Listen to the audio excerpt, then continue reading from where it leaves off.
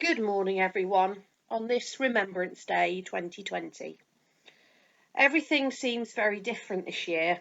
Under normal circumstances, Mrs. Johnson and I would have attended Ashby's Remembrance service yesterday with the student leaders, and we would have laid a wreath and no doubt shed a tear during the last post. The streets would have been packed with people paying their respects to those who have served their country and fought for our freedom. Of course, no mass gatherings this year, but we can still reflect and say thank you. And I'd like to tell you about some of the people that I would like to thank.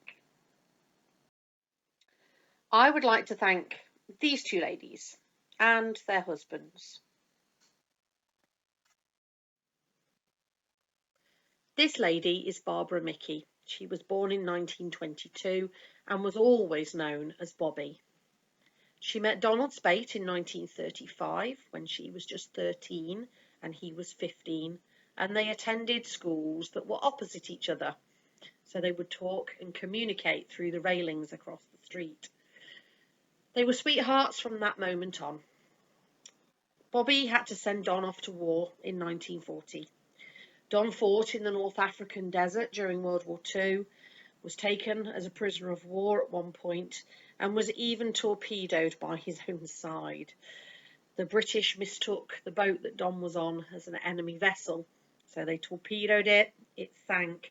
Luckily, Don was pulled out by some unknown soldier out of the water to safety and saved his life.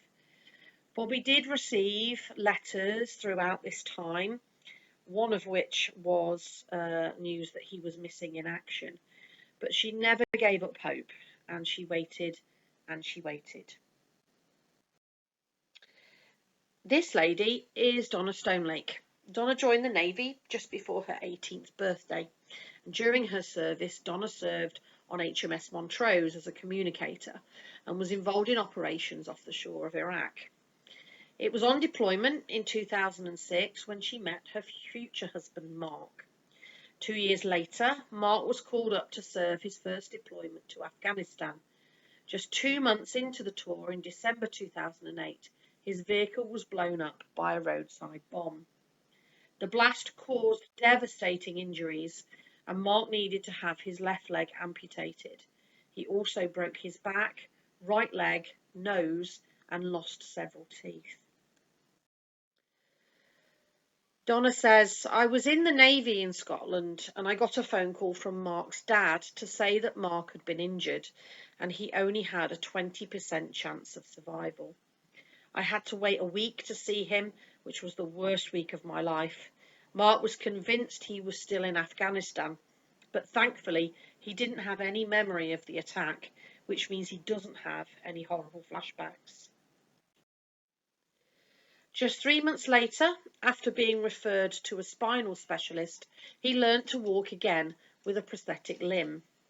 Whilst receiving treatment, Mark was one of the first wounded soldiers to benefit from the British Legion-funded Battle Back programme.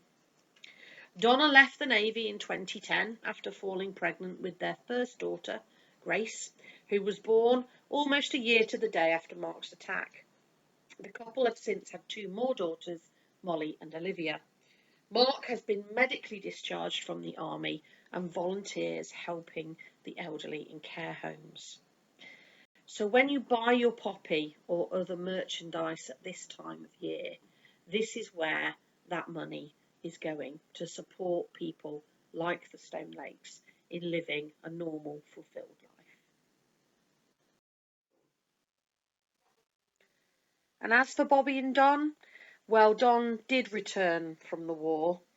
Bobby was doing the laundry one day in her parents' back kitchen, and she said that she just sensed that he was near. So she went to the front door, opened it, and there was a figure stood at the end of the path at the garden gate, just about to open it. Incredibly thin, but she recognised him instantly. Her Don had returned, and she rushed into his arms.